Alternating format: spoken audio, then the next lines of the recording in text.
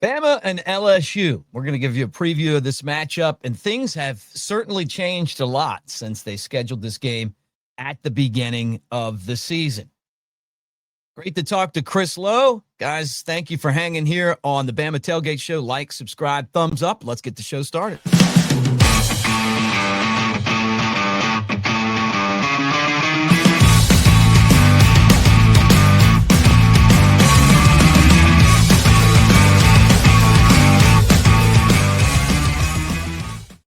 All right. Did you see yourself in the open, Chris? I caught a glimpse. A glimpse of you. That was a long time ago. We were at Calhoun's in Knoxville. Gosh, that's been what, 5-6 years? It's gotta be longer than that. Yeah, maybe 10.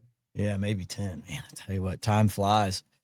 Bama against LSU, for the Tide, coming off of a bye week, and what was really a dramatic win at South Carolina. And then LSU got destroyed at home by Texas A&M and fired their coach, Brian Kelly. I mean, Brian Kelly took the job to beat Nick Saban, right? And now both guys are gone. Yeah, well, a lot of guys took the job to beat Nick and got fired. So I don't – Brian can get in line. I'd love to see – I did this one time, Mick. I'd love to see the math of the money schools had paid to fire coaches since Nick got the job at 2007. Yeah. I had a list of it at one point, and it was the money was crazy money that schools had spent to send coaches packing that they'd brought in with the express, to beat Nick Saban. And of course, they weren't able to do it.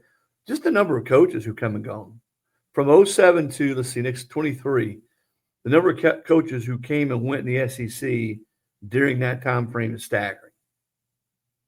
Could LSU possibly pull off Nick Saban returning to football? I mean, I've heard that, and who wouldn't be interested, but, I've heard that people, kind of around the LSU program saying, why not try to throw a number that he can't refuse? Alabama did that. It's how they got him in the first place, right? I mean, he wanted out of the NFL. And I remember when he got his money from Alabama, people were furious. How could you pay this guy? What was it, like $6 or $7 million, and then and then after about 2 years, it paid off substantially for Alabama. Could he possibly even talk to them about the job?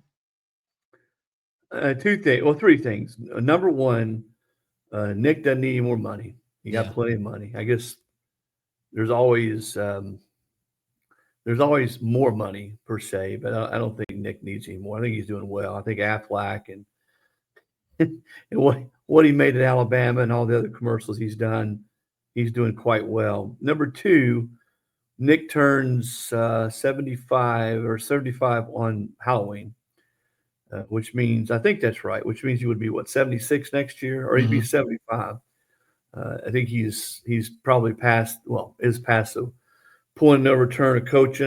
I know he and Terry really enjoy their lives right now. And number three, no one I've talked to, including Nick, has ever expressed any desire for him to go back into coaching. I don't think that he's crazy about this model that we're in now in college football. And I just think he's past that, he's past that point in his life, coaching football. He likes doing TV. I think he likes having the freedom to travel with Terry and do things with the family. So I do not have anybody. And, if I were LSU, if I were any school, I'd kick the tires with the guy. I think the question you just asked me, people will be asking that the next 4, 5, 6 years. Any chance Nick Saban comes back? But I don't get any hint from anybody, including him or anybody connected to him, that he's thinking about coming back to coach football. Yeah, that's my feeling too. I mean, his 74, you said everything I said. 74 years old. You're not young anymore. You could tell that towards the end of his time at Alabama, he was having a tough time coaching the other coaches. And he said that, right? Let alone coaching the players. It's the NIL thing. I mean, maybe he goes out and gets somebody to handle all of that stuff. I think that he probably, if he was younger and wanted to get back into coaching, that LSU might be a place that is near and dear to his heart, but I don't think that's going to happen either. I agree with you, Chris. Now, there was another guy that coached at Alabama and coached offense at Alabama That's at Ole Miss. Lane Kiffin. Is Lane Kiffin the guy that's going to take over at LSU? It's good to be Lane Kiffin right now. I think a lot of us would want to be Lane Kiffin if you're a coach, because he is in the catbird seat of all catbird seats. He's at a place that he has won at a level they've never won at before, certainly in 50 or 60 years. He's at a place that has built out a ton of money for him to win, building rosters and getting in, coveted transfers, Mick, that you got to have to win. He's won 10 games now, 3 of the last 4 years. I don't think that's ever been done there. And he's at a place, Ole Miss, that they truly value him. And he is their guy, and they will break the bank to keep him. He knows all this. His agent, Jimmy Sexton, knows all this. But you've got 2 premier jobs open. And I know people are going to say, oh, wait a minute, is LSU still a premier job with all the political maneuvering going on down there? The governor essentially firing the coach and the AD. I know. Crazy. You think the governor and Scott Woodward voted on the same ticket? You answer that for me. You think they voted on the same? Some says no. Just a feeling. Yeah. It's still LSU, though. It's still, as one coach Have you ever told me, seen anything like this before? Remember No. when they were talking down there a few years, like I guess it was last coach hire, maybe 2 ago, that the government was saying we don't have enough money to pay for these coaches. You remember that? And then now, like the governor's like, this guy's not picking the next coach, and then he's out the next day. The AD. It's unbelievable. And then they hired the interim. They hired Verge Osbury. He's been there forever. He's been a staple there in that LSU athletic department, and he's going to lead the search. So explain all that to me. But I don't know. How's it going to affect their team against Alabama? Well, I don't know. Is it a premier job anymore because of that? Yeah, I think so. I think they'll get it worked out. I think they'll still pay what it takes to get an elite coach. It's still, as one coach told me, there's no job in America that you have a better chance to go out and sign the quality of player that it takes year in and year out to win a national title. And I believe that. That state, it's the school in that state. There's unbelievable high school talent in that state, coaches in that state of high school. I was talking to Jacob Hester, and he says they won't even let you in the gym sometimes unless you got some type of LSU tie. Then you got the I-10 corridor into Houston, Mick, which is just tons and tons of great football players. And then to your east, you got Mississippi. And I don't need to tell anybody the number of players. So it's a great state to recruit to. I don't think you have to live as much the portal. You can supplement. Now, here's the thing. LSU didn't really pony up like everybody else until this year as far as the outside NL and front-loading the money that it's going to take to get a lot of these guys before July 1st this past year. Will they do the same? I think they do for a guy like Lane Kiffin that's going to galvanize the big money people. Florida's the other job. And I think probably if you pump Lane full of truth serum, he would tell you that Florida has long been a job he's had his eye on because of family history. His former wife, Layla, and her father was a great player there. Lane lived there. His dad was a legendary coach there at Tampa Bay forever. Spurrier and the Visor, that was his inspiration. So that state, too, obviously a very fertile recruiting ground. You just got a bunch of people you're recruiting against in that state. So it's going to be, in my last conversation with him, I think he learned a little bit from the whole Auburn fiasco a few years ago where it was a distraction. He's got a really good football team now. Great chance to make the playoff.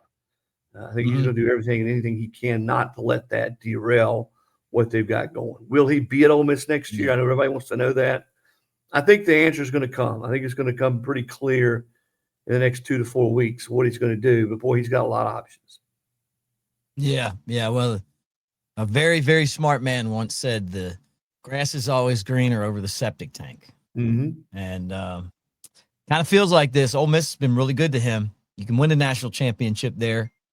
But you know what? I mean, it's you got to follow your dreams too. And I if he wanted to coach at Florida or LSU or USC or wherever, I mean, he's earned the right to do that because he's done an exceptional job of winning football games and and he's the hottest name that's out there. So now I guess we wonder and kind of getting back to this Alabama team.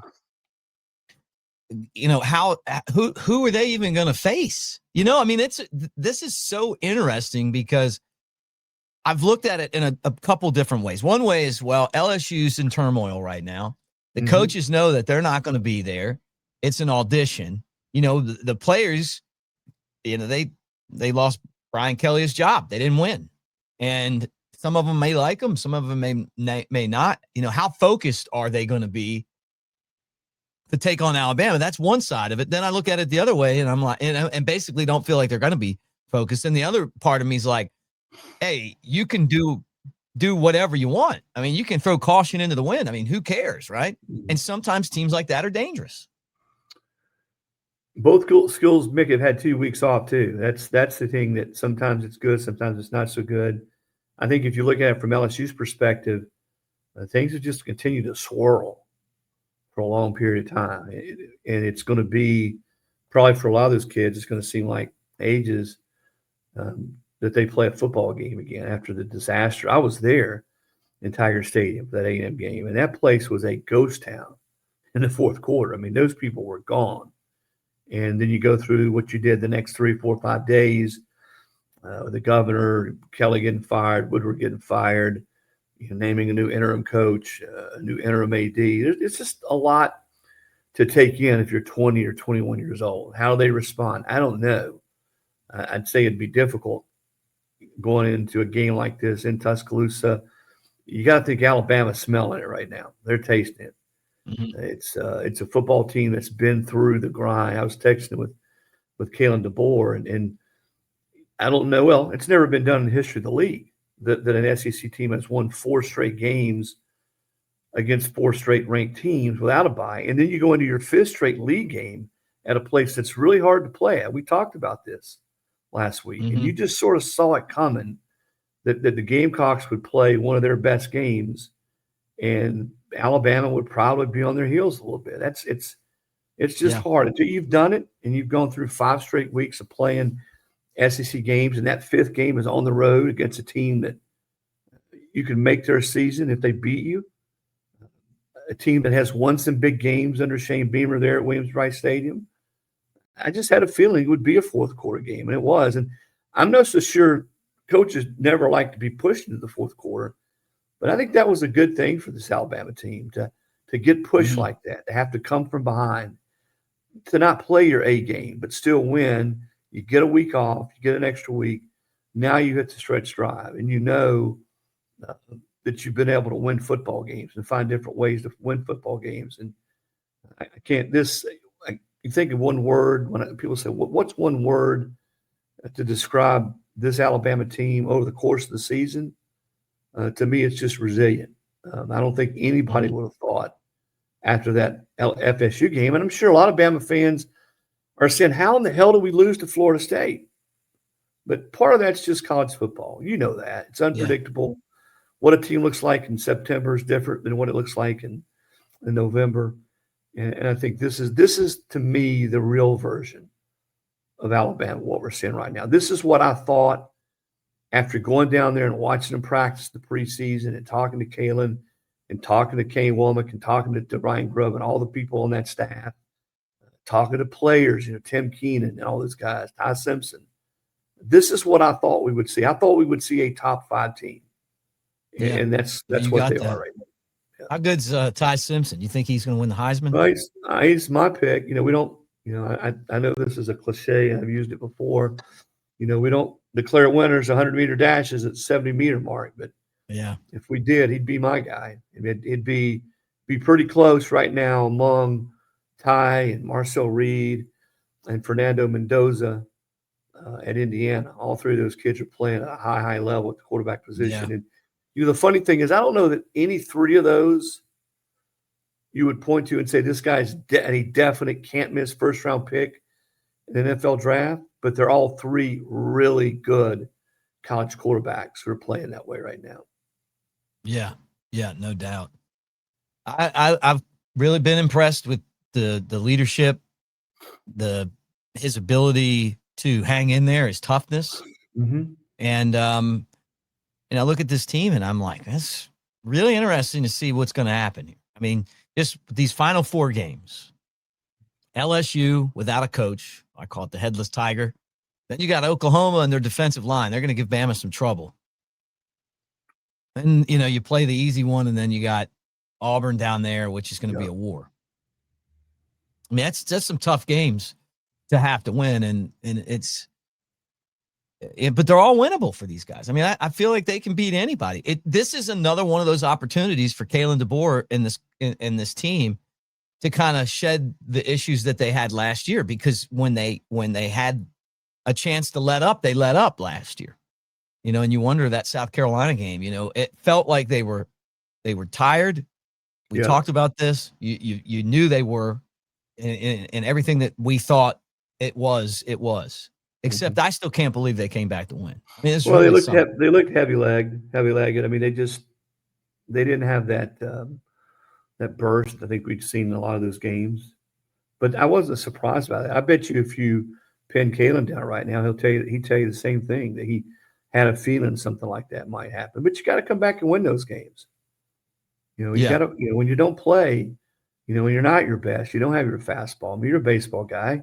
Yeah. One of the best pitchers sometimes don't have their best stuff, but they find a way to, to manage the game and to be crafty enough to win. And that's sort of what Alabama was against South Carolina.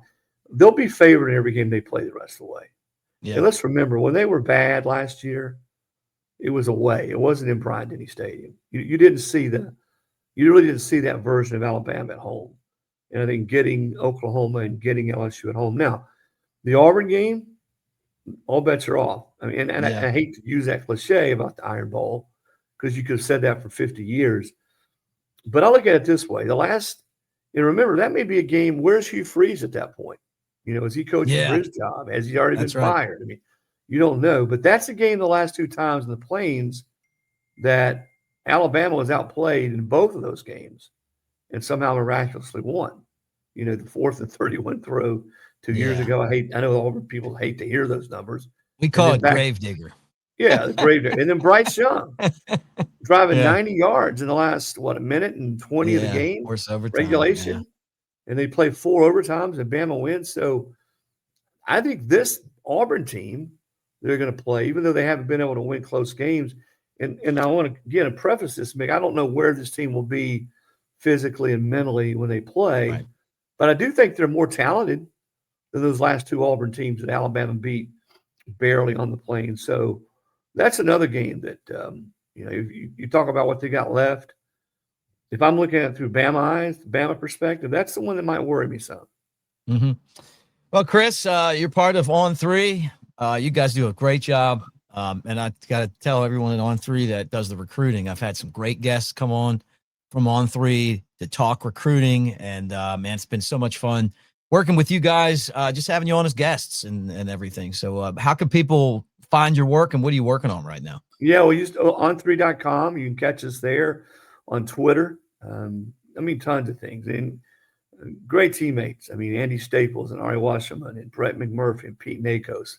I kid Nakos. I think Nakos is in the office at 6 a.m. every morning. He's got like 5 phones glued to him, and he's out about 9 o'clock at night. I think he sleeps maybe an hour and a half a day in this time of the year. But he's all over the coaching world, and who's coming, who's going. But no, it's been a good week. I had a chance to talk to Nick Saban for a story that's out there exclusively about the coaching carousel, what makes a good job now as opposed to, say, 10 years ago.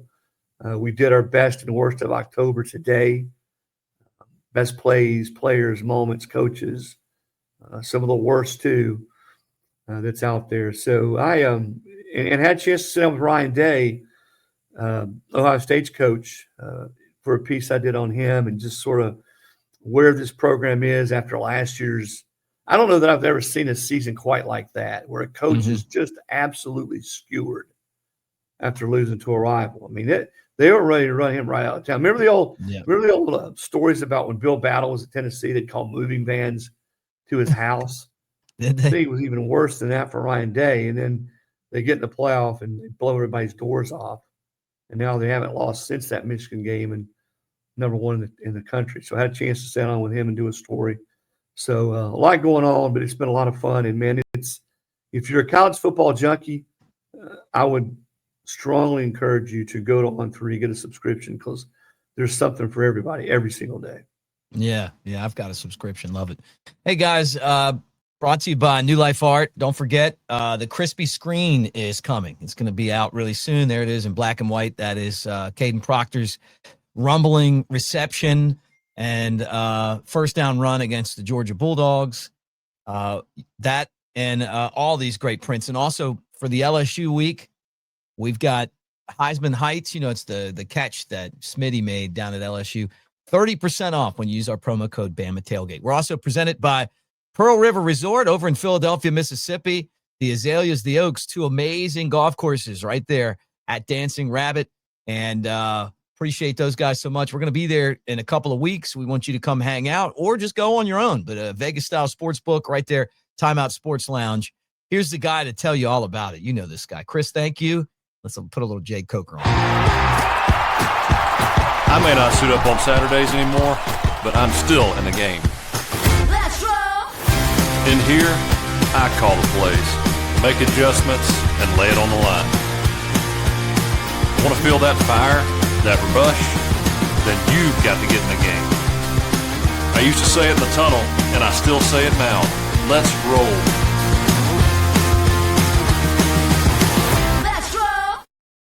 We're presented by Bod Coach, and you can tell I'm slimming up over here, and it's because of Bod Coach. This is absolutely amazing. It's your personal trainer that is with you 24/7. So when I go to hotels or when I'm on the road, I type in, "Hey, look, I got equipment. This is what I have," and it'll make a workout specifically for me, what I want, what exercises I want. When I'm at home or I'm at a hotel and there's no way I can get to the gym, it'll say, "Hey, this is what I want to work on today," and it sends you personalized workout plans. It's really awesome. And they contacted me a few weeks ago to be a spokesman. I said, "Well, I want to try this." Bod Coach is fantastic. Like, I use it all the time. I mean, and if I'm telling you, man, like, it makes working out when you are on the go like me so much better. Just because I don't always know I didn't play football at Alabama. I didn't have Scott Cochran yelling, yeah, and telling me what workouts to do. So anyway, I'm going to put in the body on the YouTube all about Bod Coach. Get you guys signed up there, but tell them you heard it on Bama Tailgate. When you head to the Smoky Mountains, it's only natural to visit Sevierville. Even we had to check it out. And we've been here our whole lives. Experience the adventure of a lifetime. I'm king of the world. Even you can get a bird's eye view of the Smokies. You're going down, Billy. Whoa. Your Smokies start here.